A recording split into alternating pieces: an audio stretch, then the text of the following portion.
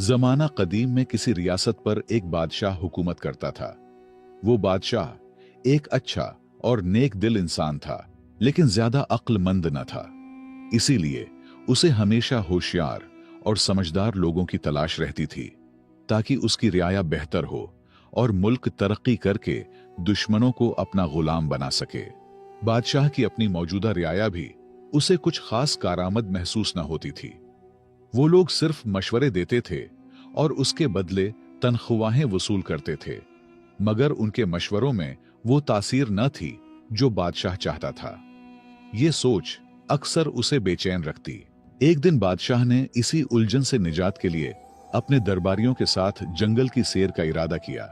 शायद कुदरत ही उसे किसी जवाब तक ले जाए। बादशाह जंगल पहुंचे और खूब सैर व तफरीह के बाद वापसी का सफर शुरू किया, तो रास्ते में उनकी नजर एक अजीब मंजर पर पड़ी। एक शख्स एक बड़े दरख्त के नीचे बैठा हुआ था और वो खुद से बातें कर रहा था, जो दूर से पागल और अजीब सा लग रहा था। ये देखकर बादशाह रुक गए। उनके दिल में ख्याल आया कि या तो ये शख्स पागल है या फिर गैर मामूली जहानत का मालिक, जो अपनी ही दुनिया में गुम रहता है। तजस्सुस के मारे बादशाह अपने दरबारियों समेत उस शख्स के करीब जा पहुंचे और उससे गुफ्तगू शुरू कर दी। वो शख्स बज़ाहिर आधा पागल लगता था, लेकिन उसकी बातों में एक अजीब कशिश थी। बादशाह ने नरमी से सवाल किया, ऐ नौजवान, क्या तुम पागल हो जो खुद से बातें कर रहे हो? ये पागल बादशाह की पूरी सल्तनत बचाएगी, इस बात का किसी को गुमान तक नहीं था।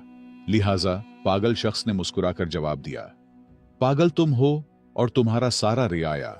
मैं तो बिल्कुल ठीक हूं। मैं तो सिर्फ ये चाहता हूं कि इस जंगल को काटकर यहां शानदार महल्लात तामीर किए जाएं और उन महल्लात का बादशाह मैं खुद बनूं।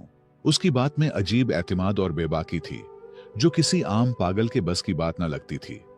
बादशाह और दरबारी उसके जवाब पर हैरान रह गए, क्योंकि ऐसे जुमले या तो किसी दीवाने के होते हैं या फिर किसी ऐसे शख्स के जो दलेर और गैर मामूली जहानत का मालिक हो।